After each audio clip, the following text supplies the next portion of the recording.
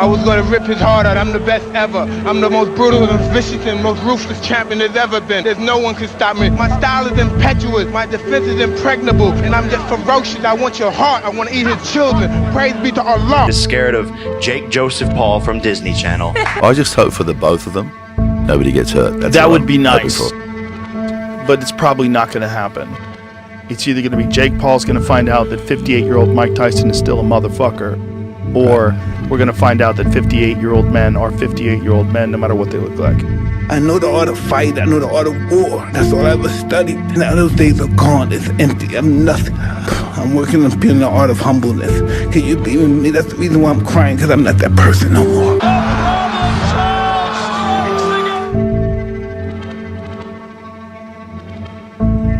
I believe by the end of my career, I will reign as the GOAT of this sport. I'm going to be faster, stronger, and more elusive. Great imagination. I'm truly going to show the world that I outboxed Mike Tyson. Right, let's just jump straight into this one and state the obvious, and that is that you will not have outboxed Mike Tyson. Maybe in name, yes, you will have outboxed a man named Mike Tyson come the end of this fight, but this is a far cry from Iron Mike Tyson. This is a 58-year-old Mike Tyson, and everyone on the internet has already said it, and you don't need me to say it again. And I'm not even hating on Jake Paul here, man. Like, I completely understand influencer boxing. I'm involved in it myself, but my last fight was against the Golden Gloves winner, and I'm fighting guys that are around my age, if not younger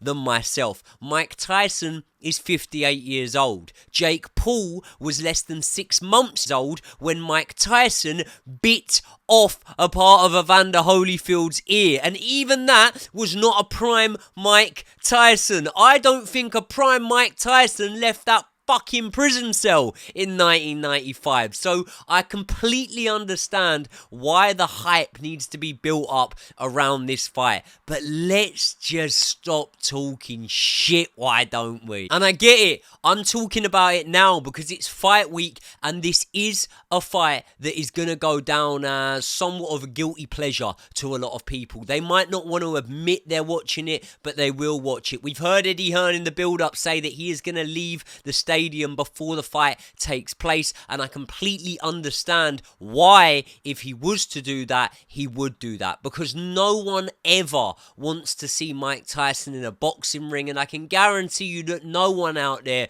wants to see Mike Tyson potentially take a beating at the hands of a younger man who would have not been able to lace his boots when he was anywhere near his prime. But guess what? I honestly still do believe that there is a chance that Mike Tyson wins this fight. And I'm going to go against the bookmakers here, who have Mike Tyson as an underdog and Jake Paul as a 1-2 on favourite, and actually say that I think that this fight can be more close and competitive than a lot of people on the internet are anticipating at the moment. But here's what we do know about the fight, despite the fact that it is going to break records. It is at the AT&T Stadium, where Canelo Alvarez fought Billy Joe Saunders, and you would imagine that this one will be in front of a packed out crowd. If you're not in the stadium, it doesn't matter, because every man and his dog has Netflix nowadays, and it is going to be streamed live on Netflix, and as I believe, at no additional cost to your monthly subscription. The fight itself is scheduled for 8 2-minute rounds, and it is going to be in 14-ounce gloves. And as far as I know, they are the only 2 rules that are being bent here that aren't aligned with the traditional rules of professional boxing. So with the exception of the bigger gloves and the shorter rounds, just how different is this fight to an actual pro contest? Well, I'll answer that for you very quickly and simply, and the answer is very different. Most pro contests are not fought between 2 men that have a 30-odd year age gap. Most pro fights would not have one fighter who is fighting actively and regularly, despite the level of opposition he's coming up against a man who hasn't had a real fight in the best part of 20 years. But one thing that Mike Tyson does have going in his favour is he is maybe more used to boxing over 2-minute rounds, having done it more recently than Jake Paul has. Because we saw Mike Tyson do the 8 2-minute rounds against Roy Jones Jr. in an exhibition fight on a card that ironically featured Jake Paul on the undercard. And coming from the unlicensed scene myself, when I used to box over 2-minute rounds and then going on to boxing over 3-minute rounds, there is a big difference actually. And I personally believe that 2-minute rounds suit the fighter that is able to impose a more aggressive style upon his opponent. In a nutshell, it's a bit more of a sprint rather than a race. And when you think about that age gap that's obviously going to go against Mike Tyson, you would imagine that Mike Tyson might be able to keep up with Jake Paul in a little bit more of a sprint format than he would over a long distance, when those aches and when those pains start creeping into his joints and his bones and everywhere else in his body. But the problem with me saying that, okay, it's shorter rounds and that might favour Mike Tyson, is that this will be Jake Paul's 10th fight since Mike Tyson's last fight, and that one was an exhibition, as I say. That is 10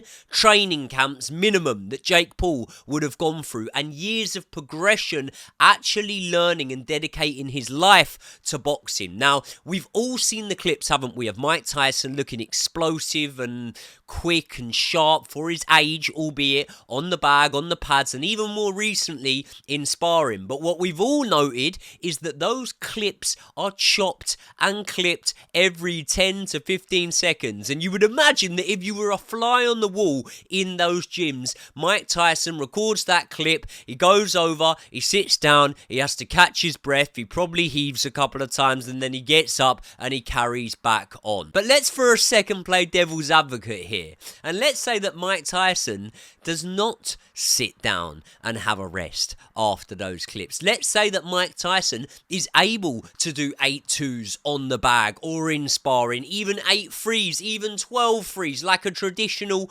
boxer would be able to, and like he would be able to back in his heyday. And if he can maintain that pace over 8 2-minute rounds, then you would imagine that Mike Tyson, with the know-how and the acquired experience over all them years of boxing, would be able to navigate some of the challenges in front of him that Jake Paul's going to set. Because we keep using the whole 58 years old thing, and I completely understand it. I'm using it myself, but I think that a lot of people will be able to relate to what I'm about to say right now, especially boxers, and maybe only boxers, right? But every other boxing gym has maybe one, if not two, of those guys that are pushing early to mid-50s that can still put out a high output on the pads and on the bag, and even sometimes jump in for sparring with you. I remember, right, I used to spar down at Adam Booth's gym on a Sunday morning with a lot of the unlicensed scene fighters that would be in there, and they'd be training at different times to Adam Booth's pro fighters. So it wasn't under Adam Booth, but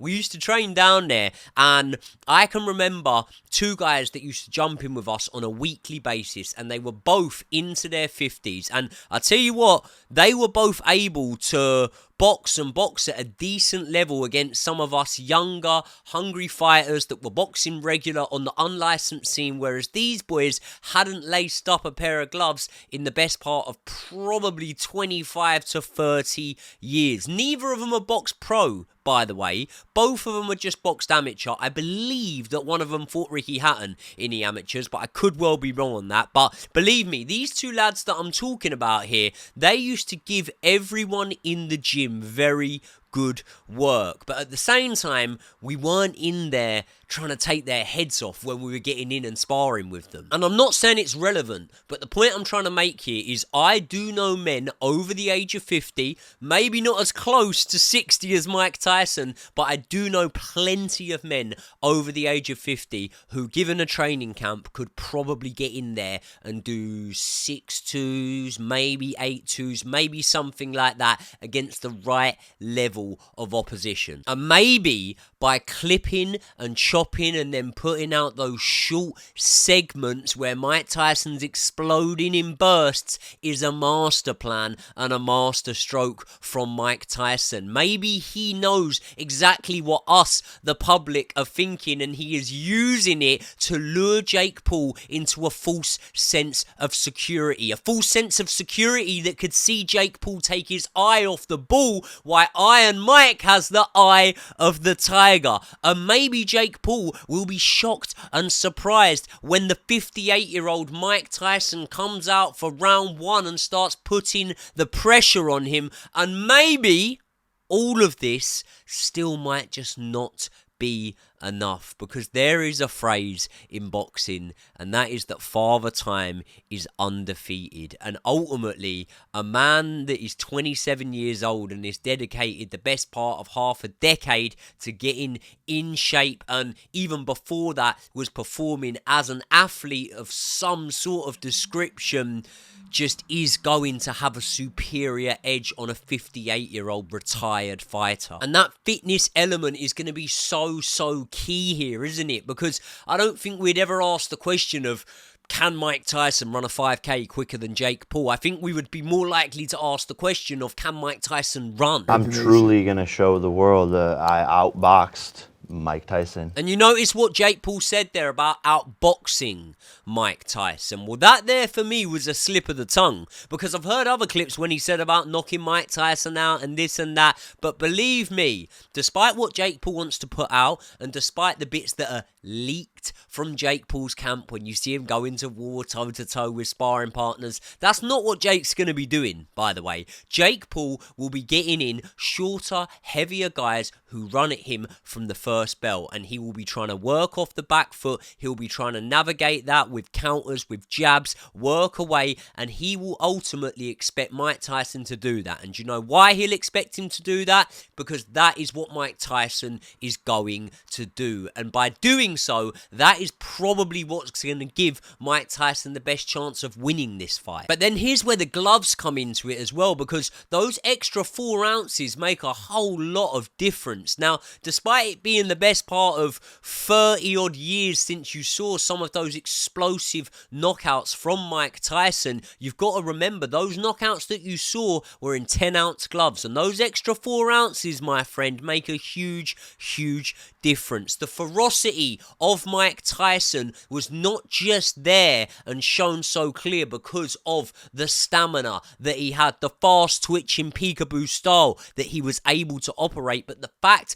that he was boxing in lighter gloves. And there's a reason why we wear heavier gloves for sparring, and that is to do less damage. That is because the impact is lessened. And ultimately, we have to just remember here that while strength and power is probably the last thing to go, that doesn't mean that it never goes. It just means it's probably the last thing to go, and it could have gone many years ago. So for me, there's no non-risky way of Mike Tyson winning this fight. I truly believe that Mike Tyson is going to have to walk through the storm to try and get to Jake Paul. But the good news for Mike Tyson is, I honestly don't think Jake is that hard to back up. I've seen Jake backed up fairly comfortably in most of his fights, and if Mike Tyson can have, let's say, 20% of the ability to move his feet in as quickly with his head movement as he was able to even towards the end of his career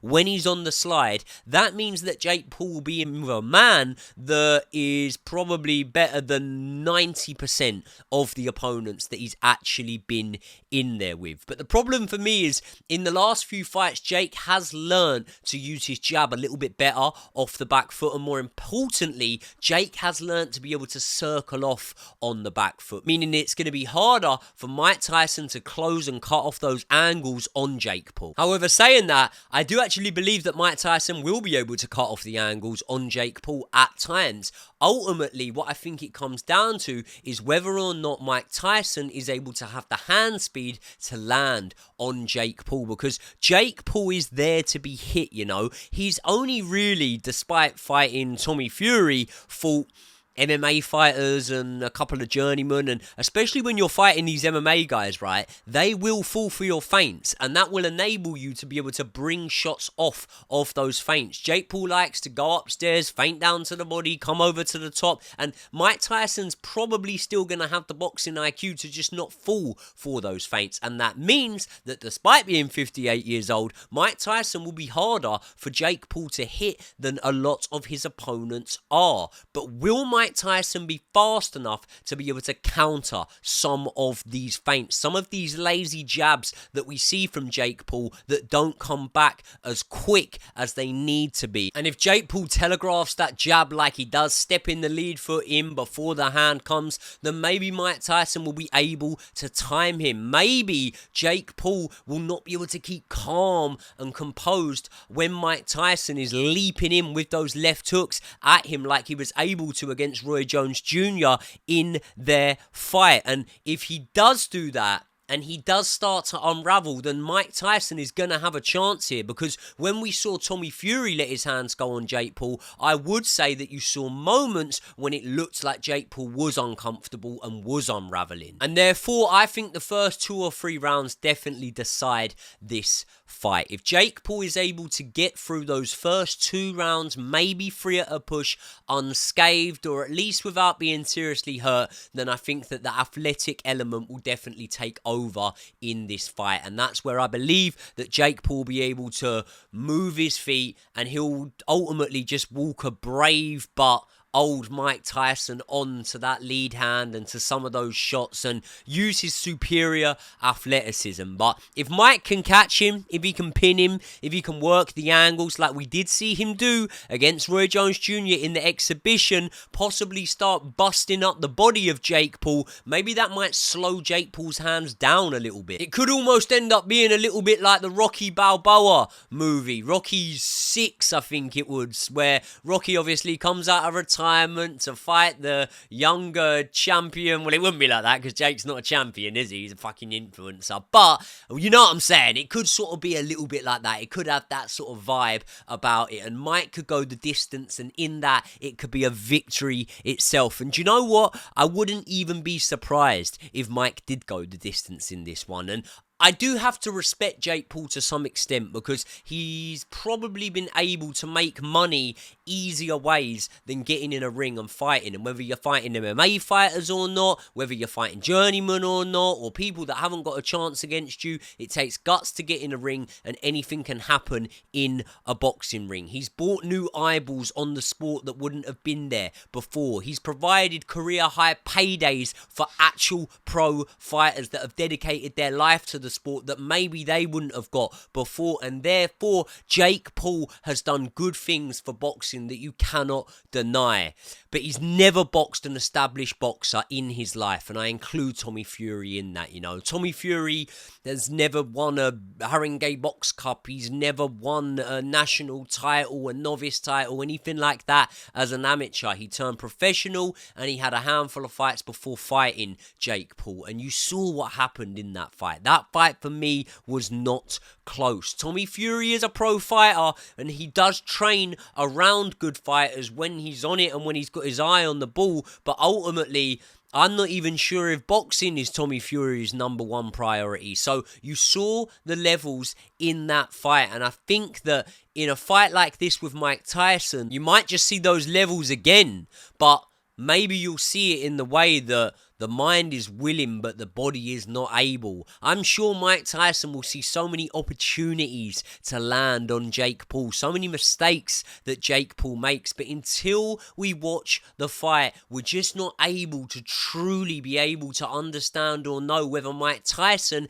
still has enough athleticism to capitalize on any of those mistakes. But as your body gets older, believe me, it softens. And not only does your body soften, your mind softens. And Mike's powers of recovery, Mike's resilience will have had to have grown from what they were 20 odd years ago when he actually finished his career, because as the rounds go on, he will start to feel heavy. He will start to feel the pace. And as that happens, he's going to have a 27-year-old man in front of him. And purely because of that, you do have to back Jake Paul in this one. My guess would be that Mike Tyson actually goes the distance, you know, and I think that Mike Tyson comes out and puts a lot of pressure on, really raises the temperature inside the AT&T, gets the fans off their seat and loud as they can possibly be for the best part of 2, maybe a real push 3 rounds, and then becomes completely exhausted and almost becomes somewhat of a punch bag for Jake Paul on those straight shots, as Jake Paul still doesn't take the risks and doesn't engage, moving around the ring and just trying to hit Mike Tyson with that jab. And at the end of it, I think that Mike Tyson would be really achieving something coming through this fight on his feet. And therefore, I would respect Mike Tyson massively, but I mean this with no disrespect. But in doing so and winning by that way, I would not respect Jake Paul. I really hope that this isn't how the fight plays out. I think he should fight Tommy Fury again, maybe after this, KSI, another influencer, but I don't want to see this trend of old retired fighters coming out of retirement, especially not at Mike Tyson's age, especially not a man that's been through the trauma and the life that Mike Tyson has been. I don't really feel like this fight should be happening, but then again, I'm a hypocrite because I know that I will watch the fight and I will be watching it very much rooting for Iron Mike Tyson. But let's call it for what it is, man. You're paying a pensioner a lot of money to be able to acquire his name on your boxing record. And for anyone that was around during that time, maybe in 100, 200 years time, people might look back on this and people might be able to say, Jake Paul beat Mike Tyson, but everyone knows the score here. This is a mistake, in my opinion, for Jake Paul, because I do feel like this is a lose-lose fight for him. If you beat Mike Tyson, you don't shock the world, like he said. You don't gain any respect. You've just gone in there and beat up an old man. And if you lose to Mike Tyson, then actually I suppose it's probably more of a win, to be honest, because you earn a shitload of money. You'll do a rematch and earn a fuckload more money in that one. But what I'm ultimately trying to get out here is that I just hope that this trend doesn't continue. People, let me know your thoughts. Will you be watching, or will you be one like Eddie Hearn who says he won't watch the fight? I'm very intrigued, and if you think Mike Tyson wins it, tell me how in the comment section below. I will see you all in the next one.